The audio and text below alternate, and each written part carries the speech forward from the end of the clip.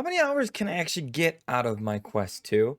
And can I actually play with this thing outside? A couple of things you probably didn't get explained to you very well when you first got your Quest 2. I hope to go and explain those things to you, a few things to you in this episode. A couple of things that I wish I knew when I got my Quest 2. The Quest 2 does not need a computer. Now, you think this one would be pretty self-explanatory, but you wouldn't believe how many people have come across that have talked to about my Quest 2 that have asked, well, doesn't it need a computer? No, it does not need a computer. No wires needed, no sensors needed, and sometimes you don't even need the controllers. You know, honestly, the Quest 2's come a long way since its predecessor, the Rift, which you needed multiple sensors and a beefy computer in order to hook up to. Now, just because the Quest 2 doesn't need a computer to hook up to, doesn't mean that it can't. There are multiple ways you can actually hook up your Quest 2 to your computer in order to get some better VR games out of your virtual reality headset. The Quest 2 has a cool little feature that allows you to still have it as a wireless headset. So you can go ahead and have this little feature called the AirLink. The AirLink allows you to hook up to your computer wirelessly so that you don't have a bunch of cables going around you or getting wrapped around you as you're playing in your VR games.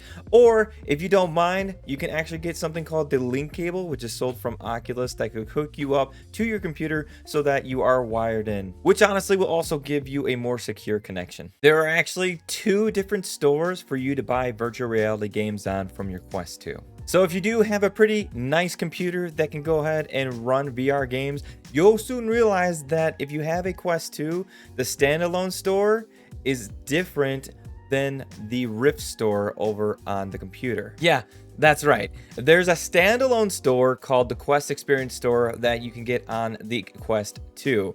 But if you hooked up your headset to the computer, you'll also have access to the Rift store on the computer. Now, why this is important is because some games that are on the Quest store are not available on the Rift store and vice versa. Now, if said game is available on both the Rift store and the Quest store, whether you're playing on a connection through your PC or you're playing standalone, there may be discrepancies if you bought so-called, like say, Beat Saber on the Rift store and then you go to play it on your Quest and you're not connected to your PC, you won't be able to get it for free. You'd actually have to re-buy it on the Quest store. Now, not all Quest games are like this and are considered cross-buys. So in conclusion, just be careful where you buy your games. If you're going to go on a trip and you bring your Oculus with you and you bought some games over on the Rift store, you might not be able to play any of them on your Quest by itself. You are not limited to 2 hours of play. So the Quest 2 has a standard average battery life of about 2 hours, which seems like a lot at first, but will soon seem like a very small amount of time when you get engrossed in your favorite VR games and with VR games with your friends. The good news is you are not stuck with this, and you can actually buy external batteries that'll prolong the life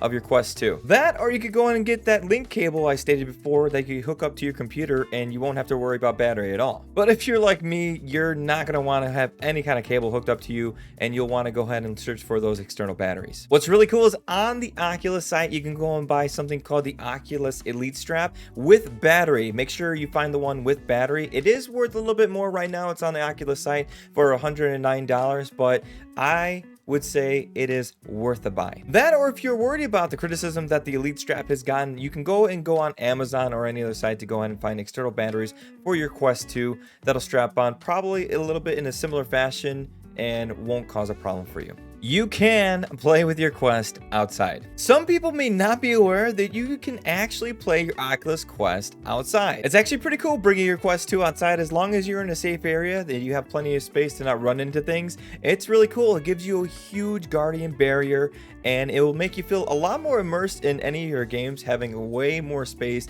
to run around in without buying one of those futuristic looking Omnitracks. If you are worried about running into things, or perhaps you have animals like I do and you worry about them running into you while you're playing on your Oculus Quest 2, you can find this cool little experimental feature you could turn on in your Quest 2 that'll allow objects that are coming past you to highlight in this purplish color so that you know something's around you, so you don't run into them or they don't run into you. One major key thing to remind yourself when you're outside playing on your Quest 2 is to never, and I mean never, let your lenses see sunlight. Because of the nature of the lenses in your Oculus Quest 2, they are very hurt by the sun's rays when exposed. So honestly, probably would go and take them out on a cloudy day, or to always make sure you have some kind of lens cover to cover your lenses when the sun is out and you're playing with your Quest 2. And the last piece of advice I've got for you is to turn your headset off. This is honestly some incredible information I found out and I didn't even know about until about after a couple months of owning my Quest 2,